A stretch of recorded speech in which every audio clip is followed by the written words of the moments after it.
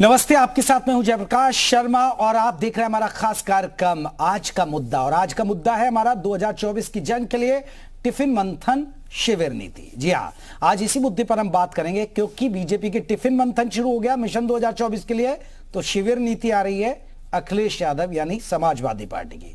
देश में लोकसभा के चुनाव अगले साल है, लेकिन उसी महाजंग के लिए अभी से महायज्ञ शुरू हो गया है, क्योंकि हर दावेदार जानता है कि महायज्ञ में जितनी आहुतियां पड़ेंगी विजयश्री उसी के कदम चूमेगी। 24 के महायुद्ध को जीतने के लिए बीजेपी और सपा ने अभी से अपनी जान झोंक दी है। सपा जहां लखीमपुर खीरी में पार्टी को बूथ स्तर पर मजबूत करने के लिए कार्यकर्ताओं को ट्रेनिंग का अभियान चलाएगी, वहीं बीजेपी टिफिन पर चर्चा कर रही है, जिसमें बीजेपी अध्यक्ष जेपी नड्डा जनप्रतिनिधि और पदाधिकारियों के साथ 2024 की रणनीति पर मंथन करेंगे। तो चिंतन शिविर हो रहा है, यानी चिंता की जाएगी मिशन 2024 को लेकर, शिविर नीति बनाई जाएगी। उस चिंतन शिविर के अंदर यहां समाजवादी पार्टी का कुनबा जुट रहा है, वहीं टिफिन मंथन चल रहा है। आपने देखा होगा टिफिन मंथन में सीएम योगी भी पहुंचे थे, यहां पर गोरखपुर में पहुंचे थे टिफिन मंथन में, जहां उन्होंने कार्यकर्ताओं के साथ बैठकर खाना खाया, मिशन 2024 की रणनीति पर भी बात की।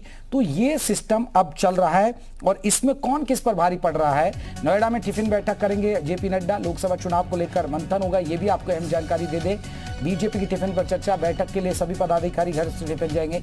आपको बता दें आगरा में भी एक टिफिन बैठक होने वाली थी, लेकिन जिस तरह आपने देखा कि जो रेल हादसा हुआ उड़ीसा के अंदर, उसकी वजह से उसको स्थगित करना पड़ा था। तो बीजेपी अध्यक्ष जेपी नड्डा 7 जून को टिफिन बैठक करने जा रहे हैं। बताया जा रहा है कि यह बैठक नोएडा में होगी।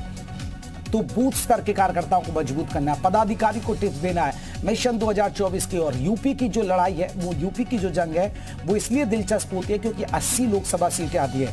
जो पार्टी यहां ज्यादा सीटें जीतती है उसके लिए दिल्ली की सत्ता तक पहुंचना आसान होता है, यानी रास्ता कहते हैं कि यूपी से ही निकलता है, लखनऊ से ही निकलता है। तो आज इसी मसले पर हम बात करेंगे। आपको बता दें कि 2024 के जंग के लिए टिफिन मंथन वर्सेस शिविर नीति। हमारे साथ अभी हमारे साथ खास मेहमान जुड़े हैं विजय उपाध्याय जी, उनका स्वागत करते हैं। और भी हमारे साथ तमाम मेहमान जुड़ गए, लेकिन चर्चा की शुरुआत विजय उपाध्याय जी आपसे मैं करूंगा। विजय उपाध्याय जी, अगर बात करें मिशन 2024 की जंग, टिफिन मंथन और एक तरफ शिविर नीति, पहले बहुत कम देखना को मिलता था कि समाजवादी पार्टी की तरफ से कि बूथ स्तर पर ट्रेनिंग दी जाए कार्यकर्ताओं को, या इस तरह के कार्यकर्ता सम्मेलन आयोजित किए जाए, लेकिन अब कहीं ना कहीं बीजेपी की राह पर ही अब यहां समाजवादी पार्टी चल रही है। और देखिए, बीजेपी की राह पे क्या, हर पार्टी को अपने संगठन को मजबूत करना चाहिए और उसके लिए एक सुनिश्चित रणनीति और तरीका और कार्य योजना बनानी चाहिए। बीजेपी लगातार 24/7 अपने काम को करती है, संगठन को मजबूत करना हो, सरकार की योजनाओं को जनता के बीच ले जाना हो। लेकिन हम लोग ये देखते थे विपक्ष के दल काफी कुछ निष्क्रिय जैसी हालात में रहते हैं, जब चुनाव आता है तभी सक्रिय होते हैं। ये पहली बार है कि करीब 1 साल पहले या 10 महीने पहले समाजवादी पार्टी अपने कार्यकर्ताओं को प्रशिक्षण शिविर के जरिए और दूसरे माध्यमों से उनको थोड़ा एक्टिवेट कर रही है। साथ में इन्होंने एक नया, वो जो हालांकि है तो ये पुराना, लेकिन उसको नए कॉन्सेप्ट पर इन्होंने ढालने की कोशिश की। एक बूथ पे 20 यूथ, जैसे पन्ना प्रमुख कर रखा है भारतीय जनता पार्टी ने, तो उसके मुकाबले में इन्होंने एक बूथ पर 20 यूथ की कमेटी अपनी बनाने जा रहे हैं। तो अगर आप पार्टी को ढांचा ठीक नहीं रखेंगे, संगठन को सक्रिय नहीं रखेंगे, कार्यकर्ताओं को जोड़ेंगे नहीं, उन्हें प्रशिक्षित नहीं करेंगे, तो आप चुनाव में मुकाबला नहीं कर सकते। इसीलिए 5 चुनाव लगातार समाजवादी पार्टी हारी है, 2014, 2000 और इसमें 2 नगर निगम चुनाव भी देखें तो उसमें भी बहुत खराब परफॉर्मेंस समाजवादी पार्टी की रही है। तो शायद पार्टी के जो नीति निर्धारक हैं उनको ऐसा लगा कि हमें अपनी रणनीति को ठीक से दुरुस्त करना होगा, हमें ढांचे को मजबूत करना होगा, कार्यकर्ताओं को सक्रिय करना होगा, और वो वही सब करते हुए नजर आ रहे हैं। आज गोला लखीमपुर में है, इसके बाद फिर वो सीतापुर के नैमिषारण्य में अपना प्रशिक्षण शिविर लगाएंगे। ऐसे ही सभी 75 जिले में ये प्रशिक्षण शिविर करने जा रहे हैं। तो ठीक है, लोकतंत्र में विपक्ष को भी मजबूत होना चाहिए और विपक्ष इसकी कोशिश करता हुआ नजर आ रहा है।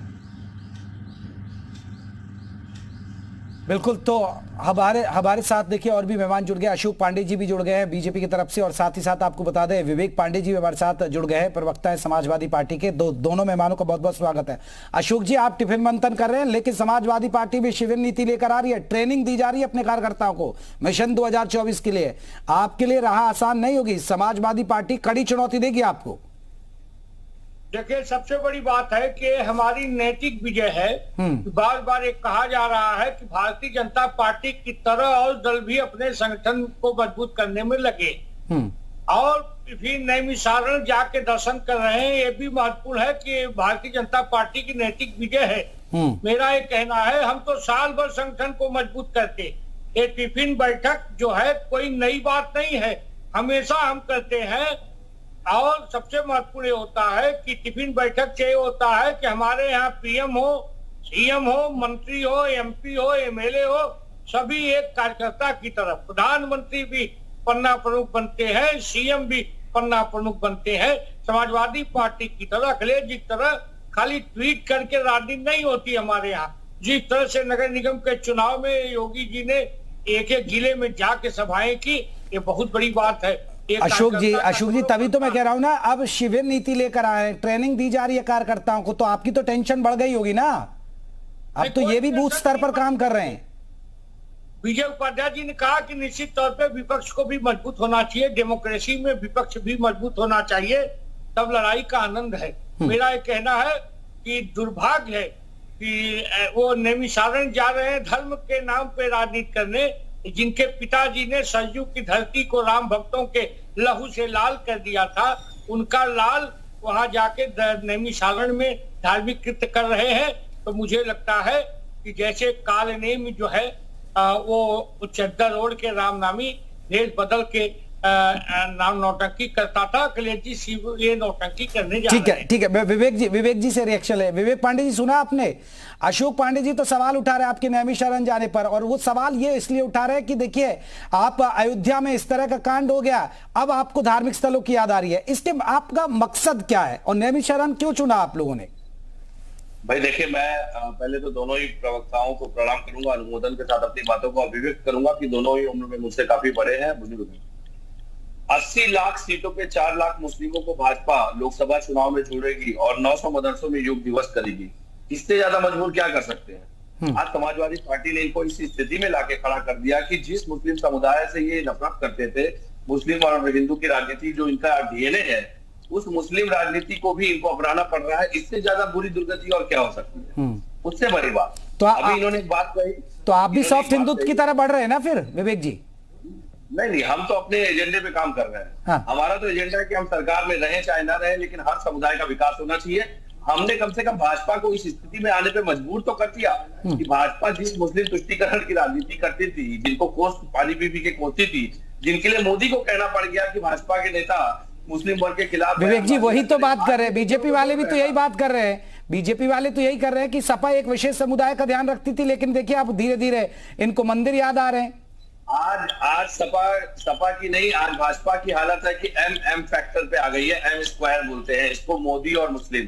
एम स्क्वायर नाम दे दीजिएगा, ये मीडिया में चलेगा। अब एम स्क्वायर फैक्टर इनका है, हमारा नहीं है। दूसरी बात, इन्होंने अभी एक बात कही कि नैमिषारण किसी के बाप की जागीर है क्या? हम बचपन से सनातनों को पूछते आए हैं, हम बचपन से सनातन परंपरा का अनुपालन करते आए हैं, और अगर भाजपा के राजनीतिक गिद्धों की तरह, राहुल केतु की तरह हम जाकर के दिखावा ना करते हैं, तो इसका मतलब ये नहीं कि हम प्रोपोगेंडा करते हैं। हम प्रोपोगेंडा की राजनीति नहीं करते।